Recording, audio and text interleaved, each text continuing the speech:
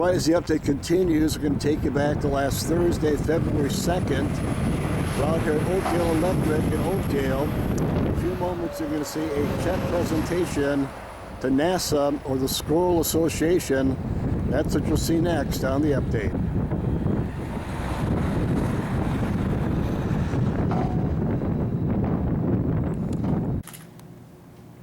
Stop. I'm being accosted over here.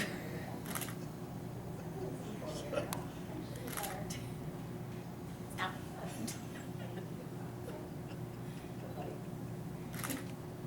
And then for good measure, All right, this is Chris Tackman. We're out here at Oakdale Electric in Oakdale on a cold Thursday, Chris, but you just made a check presentation to the Squirrel Association a moment ago.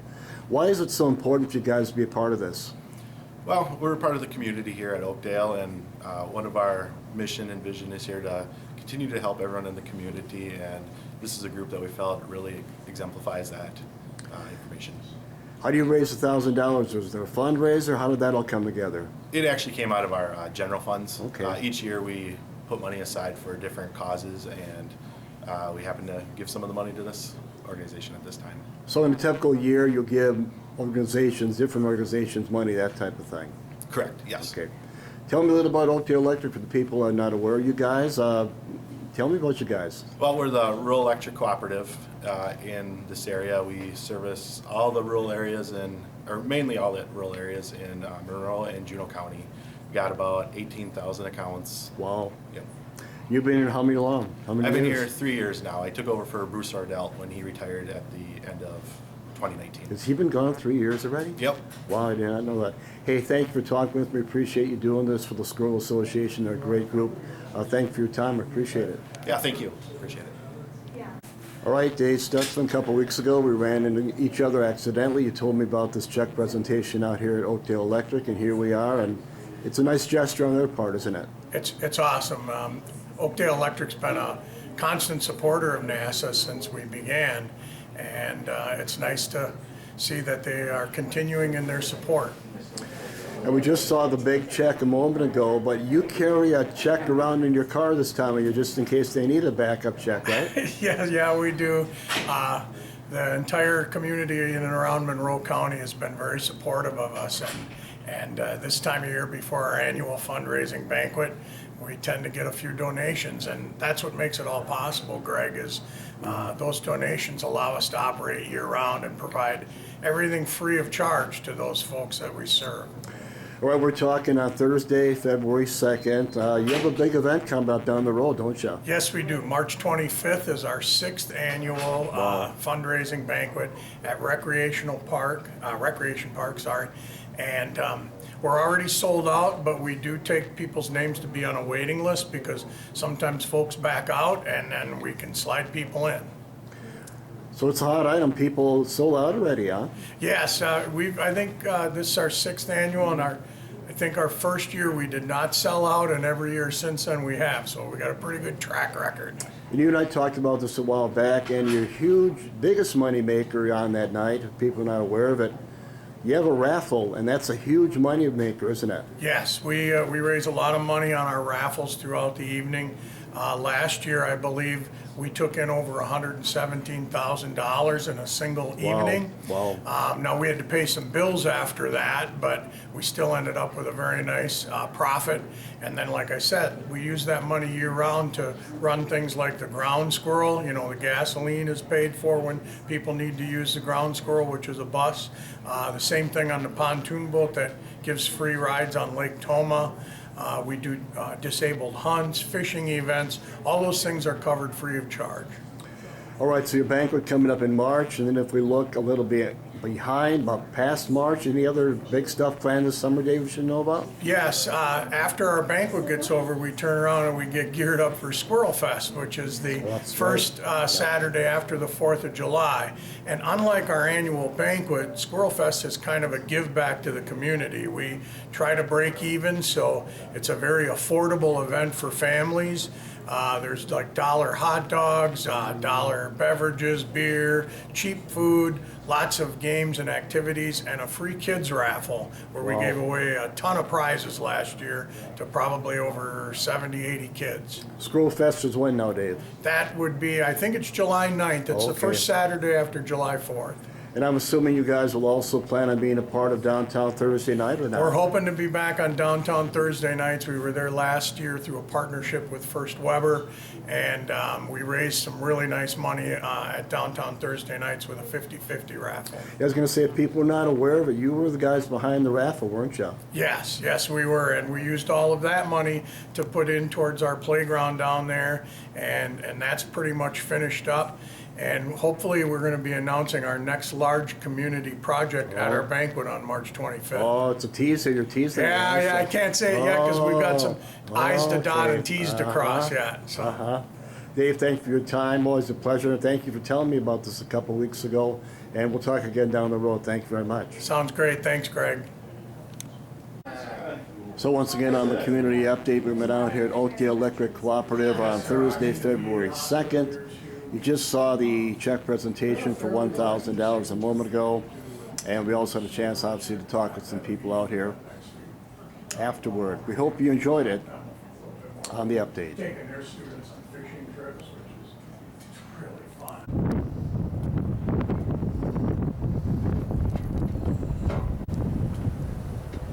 All right, so on this portion of the community update, we've been out here at Oakdale Electric Cooperative in Oakdale. Just saw the check presentation to the NASA Squirrel Association. We hope you enjoyed it.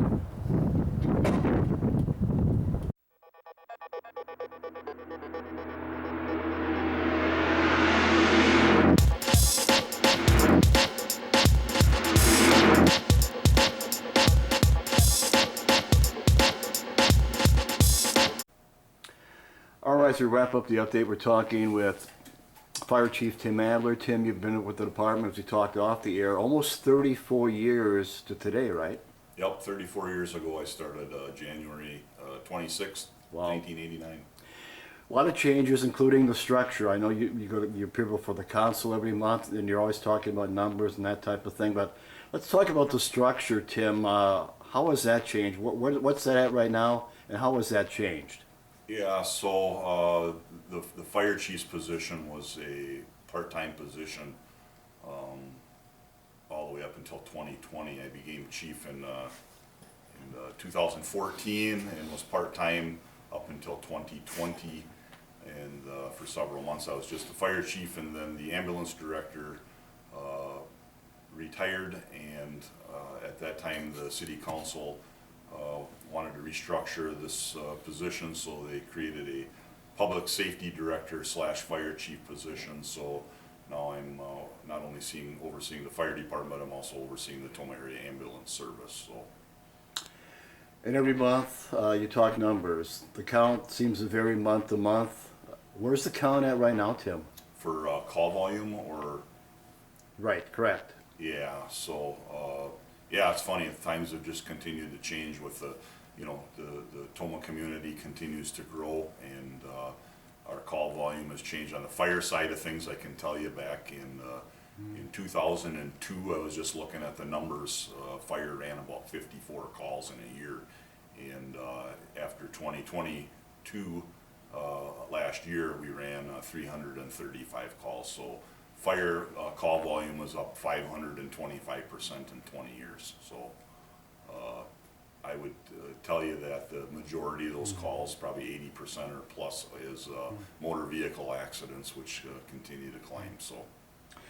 Tim, you and I have talked a lot on and off the air, so I'm aware of it. For the general public looking in right now that may not be aware of it, you currently have some guys on this fire department that have put in a lot of years, don't you?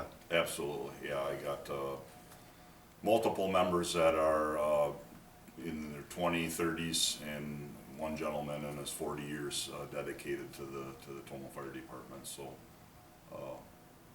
yeah, it's going to hurt when we lose them, but I anticipate hopefully people stepping up. And once again, the city of Toma can't afford a full-time fire department at this point. So right now we depend on paid on-call volunteers. We have 35 of them right now that respond to the city emergencies. And it's a big dedication to be a fireman. It's a lot of time away from your families. You got to have a boss that is understandable so you can leave your position occasionally to be able to respond and help them situations out. Let's throw the number out there, 35. Is that a number you're happy with? It's a good question. You know, when I took over, we had 24. And just with the times that are changing, we felt as though we needed to start increasing it. Right now we're taking care of business, but it's always in the back of my mind. Like I said, right now we're taking care of business. I'm not concerned. All fire departments across not only Wisconsin, but the nation depend on other fire departments too. So we have mutual aid agreements. So if we need help, we'll call Oakdale or Fort McCoy in, and vice versa. If they need help, they call us. We also have a division of MABUS 145 is what it's called. It's a pre-staged box alarm system where if we had something large in nature, catastrophic, like a tornado or a large downtown fire or something where we would need lots of support resources, we would be able to pull from agencies from over an hour out from Marshfield, Wisconsin, Rapids, La Crosse, things like that. So, and likewise, we're also on their box cards, so we would be able to go out and help them if they needed support. All right, Stu Westfall just recently retired. He's been with you guys for a lot of years. You've had retirees prior to him within the last year. There are some retirees coming up down the road. What's your plan of attack to try to fill the gap to him? Yeah, well, it hasn't been too much of a problem. We've been filling the positions. It's always a concern just because times are changing. It seems like volunteerism isn't out there as strong as it used to be. You see it in other groups, unfortunately. We're hoping with this building project that we're putting together right now that it's going to hopefully be a recruitment retention tool for us to be able to pull people in to be a part of something fantastic. So. A couple of questions, Tim, we haven't talked about because people knew I was going to sit down and talk with you today, so we haven't talked about this. People were curious, and I think you know the answer. You currently do have a female firefighter, right? That's correct, yes. Okay. We've had a female on for a number of years, and I believe she's the third one now, so yes. And then the question is, if they want to be a part of the Tacoma Fire Department, what's the criteria? What steps do you have to take to do that? Yeah, well, the first thing is kind of reach out to us and just see what our status is. So currently we're full right now, but when we do go out and advertise, you basically just stop down the city hall or get on the city website, and you can go to an application process, fill it out, and get it returned. And nothing hurts to give myself or my deputy chief a call and or stop by and have a conversation to see what's going on. And some people already have the schooling that's required. They maybe was on a department years ago, and then some people may need the schooling, and we can help sponsor them and put them through that program. So. Tim, in your 34 years, almost to the day with the Tacoma Fire Department, you worked under a lot of chiefs. You take anything from these guys you worked under and apply that to your current position, take that and say, hey, I'm going to do that too? Do you learn anything from them? Oh, absolutely. I always learn, from everybody, even my own firefighters, on a daily basis. We all, you never stop learning, right? I was hired by Chief Flock in the fall of '88, and I worked with Chief Decora for a number of years as his assistant chief, and things change, processes change, equipment changes, but the bottom line is we're still people, and people are the ones that put the fires out, no matter what type of equipment that you have, and you figure it out just through training and the best practices. How concerned are you? You have a truck on order that's coming down the road, but we're in a world right now you constantly have to make changes to keep up with society, don't you? Absolutely, absolutely. And as the city grows, we have a very large industrial park, with Toro and Cardinal buildings and Walmart distribution, a super center, a lot of big hotels. Recently, the new 4-story Holiday Inn Express, Yeah. and a lot of these buildings are sprinkled, but we still got to get in there and do our job, and we have issues with RTUs, which are rooftop units on top of these buildings that occasionally have issues, so we got to be able to get on top of them, and currently we don't have a ladder truck that would reach the top of those buildings, so that's something that we've been trying to figure out over the last couple of years. Unfortunately, it's a large expense to the city, through a capital purchase, and we'll get it figured out. It's not always fires too that are the situations to get on top of these buildings. We got maintenance people up there doing things, and it could be somebody that goes into cardiac arrest or a seizure or something, and we have to figure out how to try to get them down, and we just don't have those resources right now. So one of the things we're going to show in the update a little bit down the road, and this is something you really much needed for a lot of various reasons, which I'll know you explain in a moment. You currently now have an ATV, and that comes into play a lot, doesn't it? Oh, absolutely could. So the fire department also runs the Toma Area Rescue Service. So the rescue service covers over 500 square miles of the city. So not only are we covering areas where we could have somebody potentially down below the dam on the walking trail and they could twist their ankle or whatnot. We don't have the ability to get down there and help that individual. So now we through the ARPA grant and the DNR Forest Protection Grant and fundraising and some other donations, we were able to purchase a new UTV and have it all set up and able to help us put out wildland fires, and also to be able to, as with a patient carrier, to be able to help us out to haul the hunter that fell out of the tree stand, or like I said, the person that's walking down below the dam and twists their ankle or whatnot. We'll also use that vehicle like up at Cranfest and tractor pull, different things like that to get into tight areas. So let me ask you this, Tim, in the short time you've had it, has it come into play yet? We did use it one time. I won't go into the details on what it was for, but yes, we've already used it. We recently, after we acquired it, we got the majority of our personnel trained on it. We went through a certified driving course, so got to make sure everybody's protected and they know what they're doing and how to operate it. So right on the update, we're talking with Toma Fire Chief Tim Adler. Tim, I want to talk about give us some input on where the new building is at right now in a moment. But before we do that, another thing we didn't talk about off the air that a lot of people have asked me about and I've wondered about: do we see a day when Toma will have a full-time fire department? Do you see that day? I'm hoping it's not going to be nothing too soon. It's something you really don't want? We don't want it as a tax-based standpoint, just because a full-time department, just on a minimum staff level, would probably run the city around probably 1.3 to 1.5 million dollars, depending on exactly how we would structure it. But that's just money that we just don't have in our pockets right now. That's why it's very important for people to understand that these people that are doing this job, they leave their homes, they leave their families, they leave birthday parties, they leave Christmases, they leave their jobs, they get up in the middle of the night. It's not always comfortable. It's whatever well below zero out there today, and and they're out there battling fires, and there's a lot of training involved in it, and they get paid very little to do their job. The 35 personnel that I got on for firefighter status, I could not even hire half of one full-time person. So it just kind of goes to show the cost savings to the city in what they do for us. So. Well, if people are wondering, and you and I have talked about this, Tim, off the air quite a while ago, if people are wondering, well, do you have to have a certain amount of people in your city to have a full-time fire department?